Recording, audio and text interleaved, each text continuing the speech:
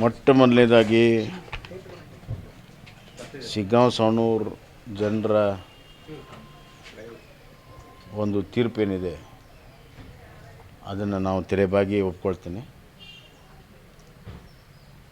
ಅವರ ತೀರ್ಪನ್ನು ನಾನು ಗೌರವಿಸ್ತೇನೆ, ಸ್ವೀಕಾರ ಮಾಡ್ತೀನಿ. ಅಲ್ಲಿಯ ಜನಸ್ಪಂದನೆ ನೋಡಿದಾಗ ನಮಗೆ ಗೆಲ್ಲುವಂಥ ವಿಶ್ವಾಸ ಇತ್ತು. ಆದರೆ ವಿಪರೀತವಾಗಿರುವಂಥ ಹಣದ ಹೊಳೆಯನ್ನು 2 ದಿವಸ ಹರಿಸಿ ಇವತ್ತು ಗೆಲುವನ್ನು ಸಾಧಿಸ್ಕೊಂಡಿದ್ದಾರೆ. ಅದೇನೇ ಆಗಲಿ, ಈಗ ಸರ್ಕಾರದ ಅವ್ರದ್ದೇ ಇದೆ.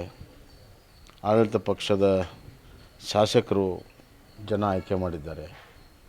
ಶಿಗ್ಗಾಂವ್ ಸವಣೂರು ಕ್ಷೇತ್ರ ಸಾಕಷ್ಟು ಅಭಿವೃದ್ಧಿಯನ್ನು ಮಾಡಿದ್ದೇವೆ.